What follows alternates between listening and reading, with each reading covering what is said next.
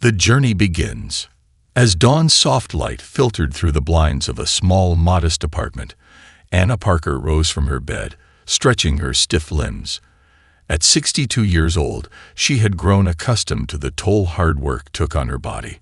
Her fingers were no longer as nimble as they once were, worn and scarred from decades of scrubbing, cleaning, and serving. Yet, as she looked at herself in the mirror that hung above her small dresser, Anna was proud. Every wrinkle and ache in her bones told the story of a life lived in dedication, hard work, and unwavering perseverance. Today marked her third week working at the prestigious Crestwood Grand Hotel.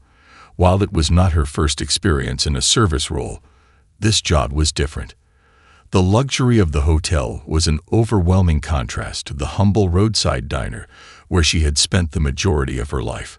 For over 20 years, Anna had greeted diners with a warm smile and served them food with the same care and attention that she gave her own family. But here, in the lap of opulence, she felt like an invisible cog in a machine that would continue to function without her. The hotel was everything Anna was not: grand, immaculate, and filled with people who seemed untouchable. She had been hired as one of the housekeeping staff, tasked with keeping the hotel pristine for the guests who passed through its gates. There were moments, however, when the grandeur of it all made her feel smaller than she had ever felt before. Anna stood by her window, staring out at the city. The lights of the downtown area flickered, reflecting off the glass, as she briefly caught a glimpse of the world outside the hotel. The life she had known was simple, not glamorous. Yet as she stood there, the yearning for something more tugged at her heart, even though she had long since made peace with the limitations of her world. After a final glance at the framed photograph of her younger self in front of the diner, her eyes filled with hope and determination. She straightened her uniform. It was a crisp navy and white that had quickly become a symbol of both pride and discomfort. The uniform was a reminder of her new life, a life in which she was just another part of the backdrop. With a sigh, she gathered her cleaning supplies, adjusted her apron, and left her apartment. Outside, the world was already awake. The brisk morning air filled her lungs, and Anna walked to the bus stop, mentally preparing herself for another day in a place that seemed to be both a dream and a nightmare. The ride to the Crestwood Grand was always a study in contrasts. The neighborhoods grew wealthier with every stop, the buildings becoming taller and more extravagant until, finally, the bus halted at the towering entrance of the hotel. Anna felt an overwhelming sense of insignificance each time she arrived. It was as though the hotel itself looked down on her, a constant reminder of the invisible line between the privileged world inside its walls and the one she occupied outside of them. Entering through the employee entrance, Anna exchanged a few quiet nods with other workers as they prepared for their shifts. The lobby of the hotel was grand, a space where polished marble floors gleamed under the sparkling chandeliers. The vastness of it was overwhelming, and Anna's heart sank just a little more each time she stepped into it. She knew her place. It was to work behind the scenes, blending into the background, unnoticed and unimportant. The hotel had no need for people like her in the spotlight. Her world was the maze of hallways, utility closets, and the rooms that would soon be vacated by guests who would never know her name. She was a caretaker of spaces, someone who made the luxury shine but was never allowed to be part of it. As she stocked her cleaning cart, Anna overheard a conversation between two younger maids. Their voices were hushed but excited. "Did you see the guest list? Graham Wentworth is staying here this week," one whispered. The other maid rolled her eyes. "Great. Another rich guy who probably thinks we're furniture." Anna didn't say anything. She had learned long ago to avoid engaging in gossip or idle chatter.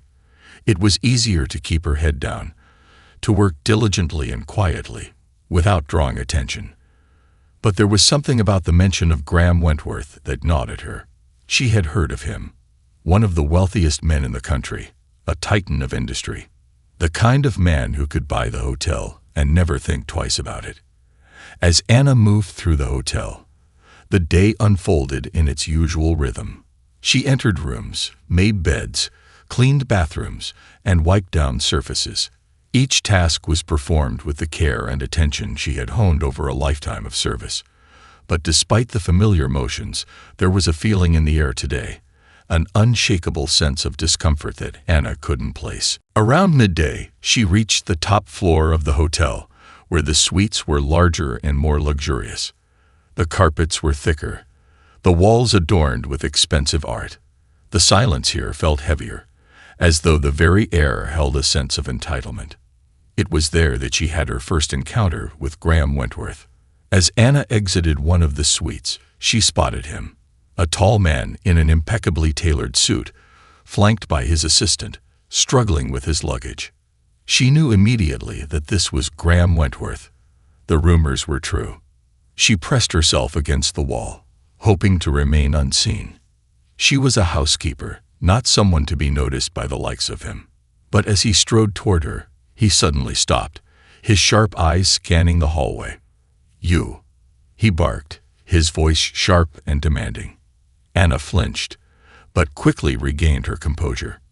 "Yes, sir," she responded, her voice steady despite the knot that had formed in her stomach. "Make sure my room is spotless," he ordered, his gaze never truly meeting hers. It was as if she were nothing more than an object to him.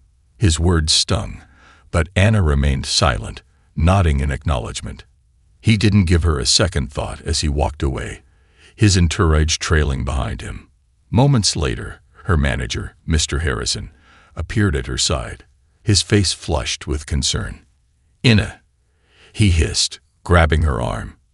"That's Graham Wentworth, one of the wealthiest men in the country.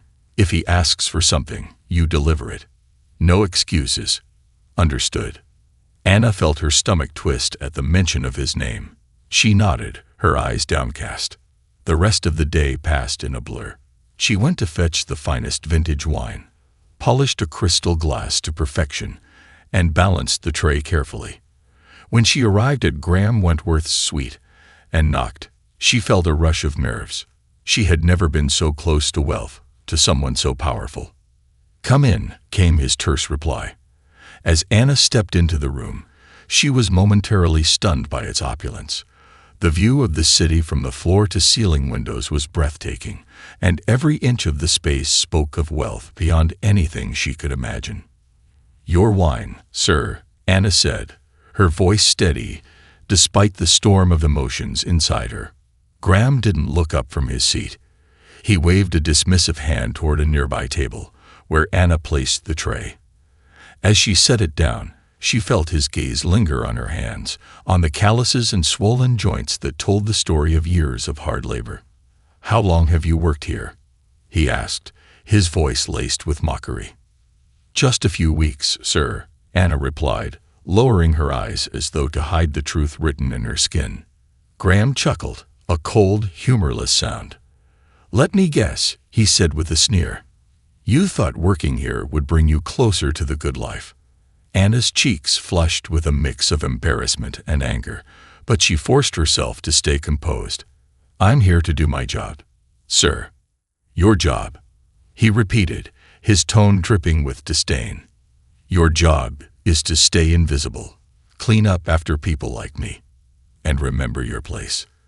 The words hit harder than any physical blow. Graham flicked the ashes of his cigar onto the pristine carpet. "Clean that up," he ordered. The humiliation burned, but Anna knelt to gather the ashes with her hands. The movement was mechanical, a reflex honed over years of training herself to endure. As she rose, Graham extended his polished leather shoes toward her. "Since you're down there, why not give these a shine?" Anna's heart tightened, but she fought to keep her tears in check. Each motion, each pass of the cloth over his shoes, was a testament to the quiet endurance she had cultivated. But as Graham's taunts continued, something inside Anna began to change. The bitterness grew. A quiet rebellion began to stir. She had been humiliated for the last time. A turning point. The rest of Anna's shift felt like an eternity. She moved through the hotel, her body on autopilot, performing tasks with mechanical precision. Yet inside, something had shifted. The sting of Graham Wentworth's cruelty continued to burn. And it wasn't just the humiliation that hurt. It was the years of cumulative pain, of feeling unseen, dismissed, and unheard. For the first time in a long while, Anna felt a spark of rebellion, a flicker of anger that wasn't born from helplessness, but from the belief that she deserved better. The night before, in the solitude of her small apartment, Anna had spent hours thinking about her life. She had worked countless jobs, all in the service of others, and in every role, she had been the invisible hand that kept things running. Whether it was at the diner, the small cleaning jobs, or now, at the Crestwood Grand, she had always been the one to fade into the background, unacknowledged and unnoticed. She had accepted her role as someone meant to serve, to support, to make other people's lives easier while sacrificing her own. But in that moment, as she polished Graham Wentworth's shoes, a small voice inside her whispered, "Enough." Anna's shift ended, and as she made her way back to the employee exit, the weight of the day pressed heavily on her shoulders. She had seen the hotel's luxurious suites, felt the coldness of the people who inhabited them, and understood, more than ever, how her life seemed worlds apart from theirs.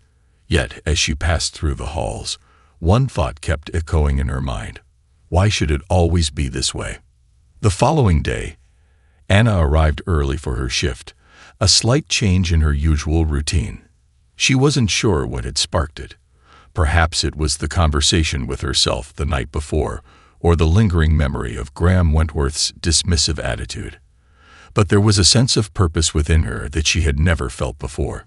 Her heart raced as she entered the hotel, the familiar grandeur of the lobby now seeming almost like a backdrop to something larger she was beginning to understand.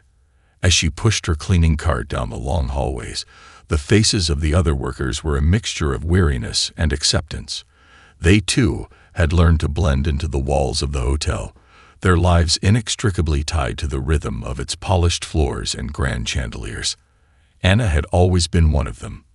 And yet, for the first time, she wondered if she had been selling herself short all these years. Around mid-morning, Anna found herself once again on the top floor, where the luxury suites were located. She knocked softly on a door, awaiting her cue to enter. It was a routine she had become used to. Each knock, each task was a quiet reminder that she was part of something larger but had no real role in it. But today, as the door swung open, Anna could feel the weight of her own transformation. She was no longer just the maid, the invisible worker. She was a woman with a purpose, even if she didn't quite know what it was yet. Inside the suite was a man in his late 40s, standing by the window with a phone pressed to his ear. He turned as the door clicked shut, and Anna immediately recognized him. It was Jonathan Hayes, the owner of the Crestwood Grand. His gaze met hers, and for a moment, she wondered if he would simply dismiss her like the others. Instead, he smiled, a warm, genuine smile that felt almost out of place in a world defined by status and wealth. "Good morning, Mrs. Parker," he said, his voice calm and steady. "I trust everything is in order." Anna nodded, a bit caught off guard. "Yes, Mr. Hayes. Everything is ready. Shall I leave the suite now?" But Jonathan didn't seem to be in any rush. He stepped away from the window and motioned to a chair near the table.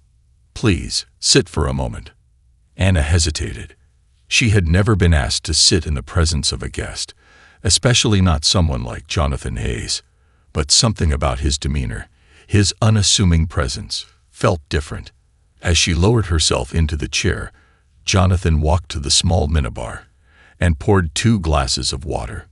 He handed one to her, and with a small nod, they both sat in quiet contemplation.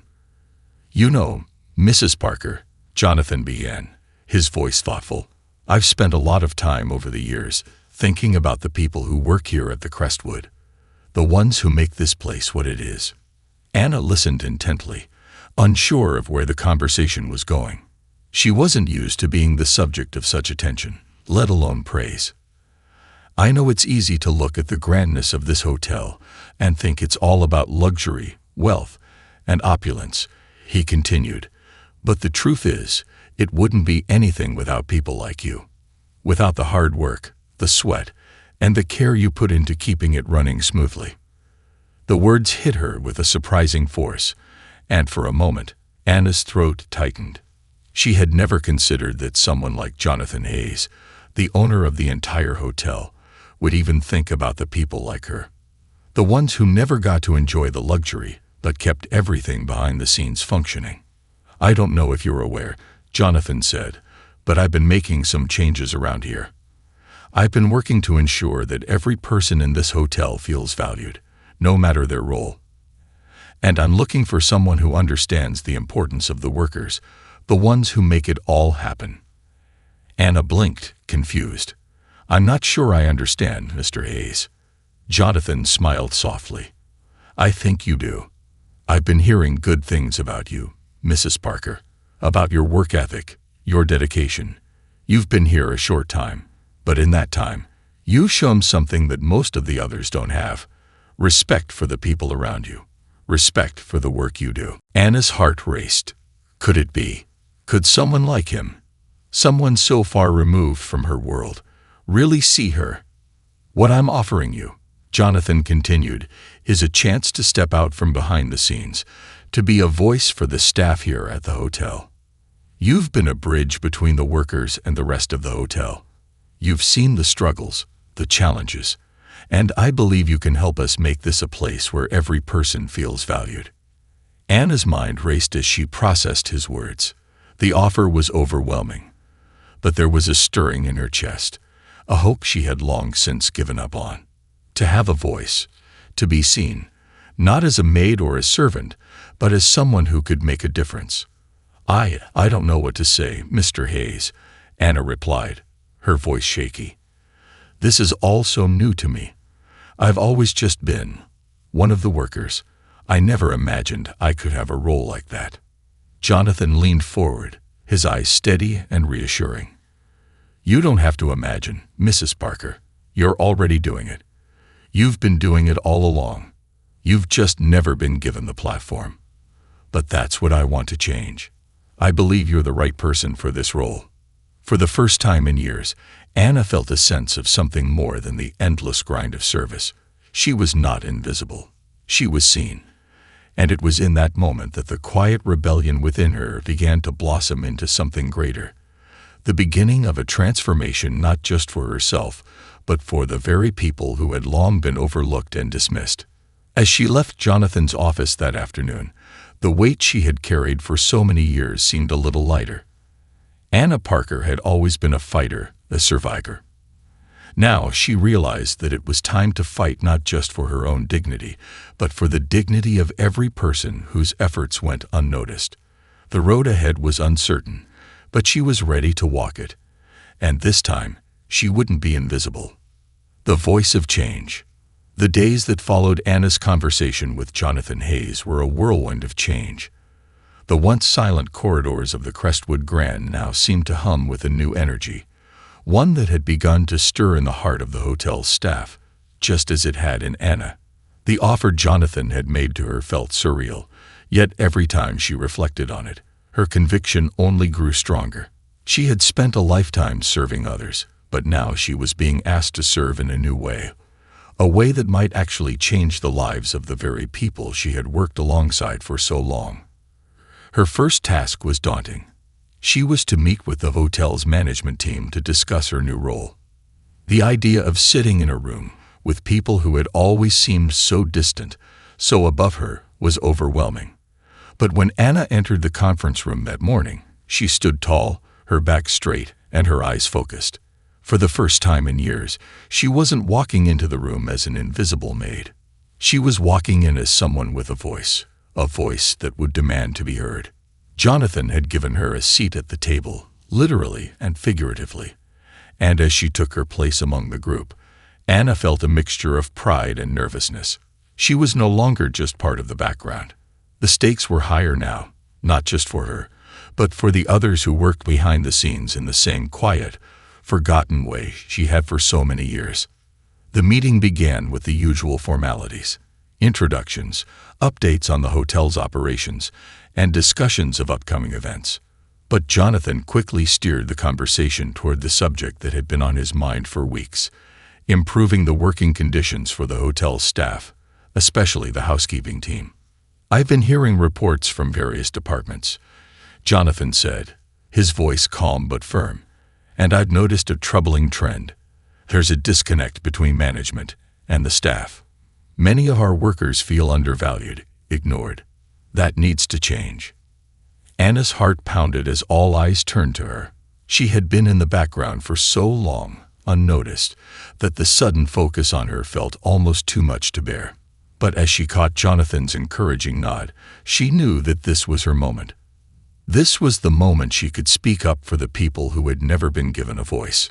Taking a deep breath, Anna spoke, her voice steady despite the nerves bubbling in her chest. "For years, I've worked behind the scenes. I've scrubbed, cleaned, and polished, all while being overlooked. We all have, haven't we? The housekeepers, the janitors, the kitchen staff.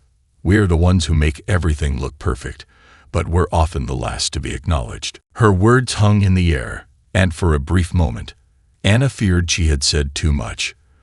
But then, to her surprise, she saw the expressions of the other managers soften. Some looked uncomfortable, while others seemed to be listening more intently. Jonathan's voice broke the silence. "What Anna is saying is true," he said, "and it's something that's been on my mind for a while now. We need to change the way we treat the people who work here. They are the foundation of this hotel. Without them, this place wouldn't run, no matter how luxurious it may be." Anna continued, her voice growing stronger with each word. "We're not asking for special treatment. We just want to be seen, to be treated with respect. The smallest gestures, acknowledging our hard work, listening to our concerns, can go a long way in making a difference. We want to feel like we're part of something bigger, not just invisible servants to a hotel's image." As Anna spoke, she saw something in the faces of the management team shift. Some nodded in agreement, while others exchanged glances that seemed to suggest they were hearing her words for the first time. For years, the staff had been treated as little more than tools to maintain the hotel's pristine image. But now, for the first time, they were being seen as human beings with dignity and value. When the meeting concluded, Anna felt a sense of quiet victory. It wasn't just that she had spoken up. It was that her words had been heard. The management team had listened, and Jonathan had given her the platform to speak. She knew this was just the beginning. There would be more conversations, more challenges ahead, but she was ready to face them. Over the next few weeks, Anna worked tirelessly with Jonathan to implement changes that would improve the working conditions for the hotel staff. They began with small steps, such as providing more breaks, offering better training, and ensuring that workers were acknowledged for their contributions. Anna also took on a new role, acting as a liaison between the management and the staff. She held regular meetings with the hotel workers, giving them a chance to voice their concerns and suggestions. For the first time, they felt empowered, like they had a voice in decisions that affected their daily lives. As the weeks turned into months, the transformation at the Crestwood Grand was palpable. The staff began to walk with a newfound sense of pride. They no longer felt like invisible workers. They felt like valued members of a team. The tension that had once defined the hotel's employee culture started to dissipate, replaced by a sense of unity and respect. One day, as Anna was making her rounds on the top floor, she was surprised to see Graham Wentworth again. It had been weeks since that humiliating encounter, and the memory still lingered in the back of her mind. He didn't notice her right away, but when their eyes finally met, Anna was struck by the change in him. Gone was the arrogant, dismissive man who had once treated her like an object. Instead, Graham looked almost uncertain, as though the weight of his actions had finally caught up with him. He had always carried himself with an air of superiority, as though his wealth gave him the right to treat others with disdain. But now, Anna saw a flicker of remorse in his eyes. Without thinking, Anna walked over to him. "Mr. Wentworth," she said, her voice steady but firm, "I'd like to talk to you." He looked at her, surprised. "What is it?" "I wanted to let you know," Anna continued, "that the hotel has changed. The staff is different now. They're treated with respect, and they're part of something bigger than just cleaning rooms or carrying bags. I'm not sure you realize what your actions did that day, but they had an impact on more than just me." Graham didn't respond immediately. He seemed to be processing her words, his face pale. For a long moment, neither of them spoke. Then, to Anna's surprise, he spoke in a quieter, more subdued tone. I didn't realize," he admitted.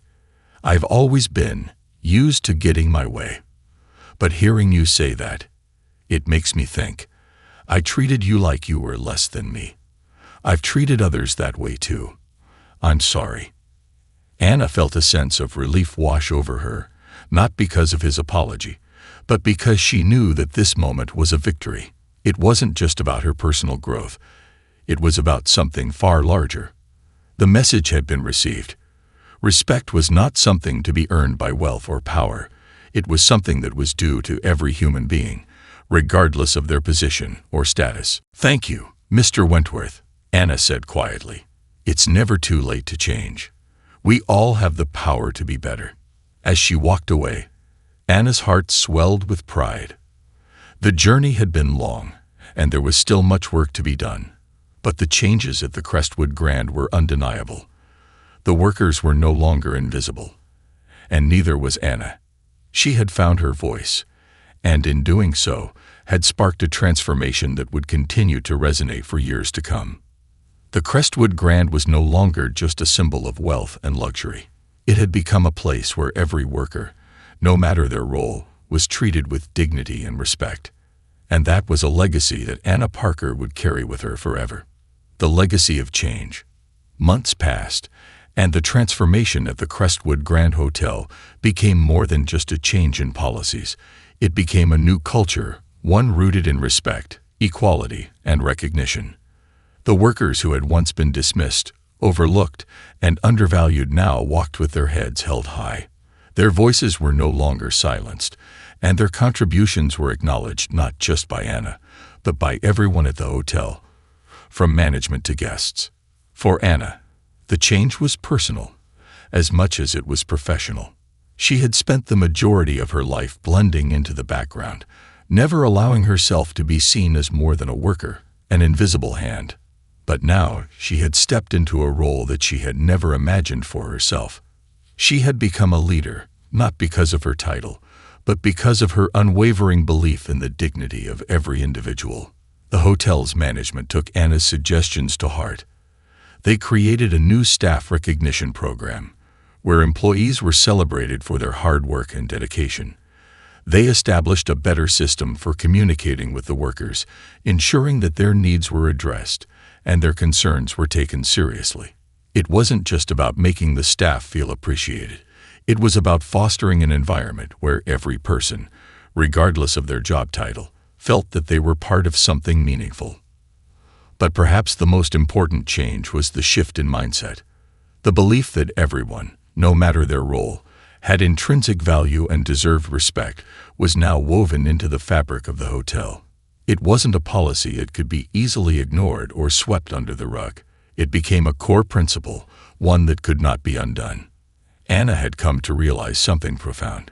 Change doesn't happen overnight. It requires perseverance, the courage to speak up, and the willingness to challenge the status quo. It requires people who are willing to see beyond their own circumstances and recognize the humanity in others. Anna's journey was not just about overcoming the injustices she had faced. It was about creating a ripple effect that would carry forward, not just within the hotel, but in the hearts of everyone who witnessed it. As the years passed, Anna's story became an inspiration, not just to her colleagues, but to anyone who had ever felt invisible, dismissed, or unworthy.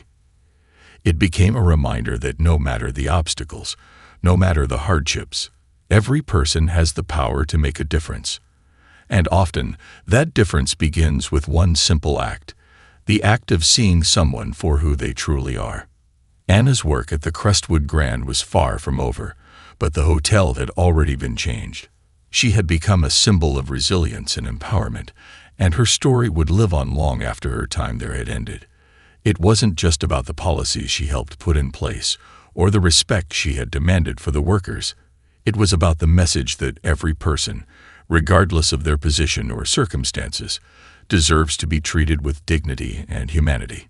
In the end, Anna understood that her journey wasn't just about finding her own voice. It was about helping others find theirs. And in doing so, she had created a legacy of kindness, respect, and change that would inspire generations to come. The lesson Anna's story imparted was simple but powerful. True greatness is not measured by wealth, power, or status. It's measured by how we treat others, especially those who cannot give us anything in return. It is in the way we see each other, the way we lift each other up, and the way we stand together in the face of adversity. When we recognize the value in others, when we acknowledge their worth and treat them with the dignity they deserve, we become part of something larger than ourselves, something that has the power to change the world. Anna Parker had spent her life in service to others, and in the end, it was her unwavering commitment to serving with kindness and respect that left an indelible mark on the world around her. And that, in the end, was the most important legacy of all.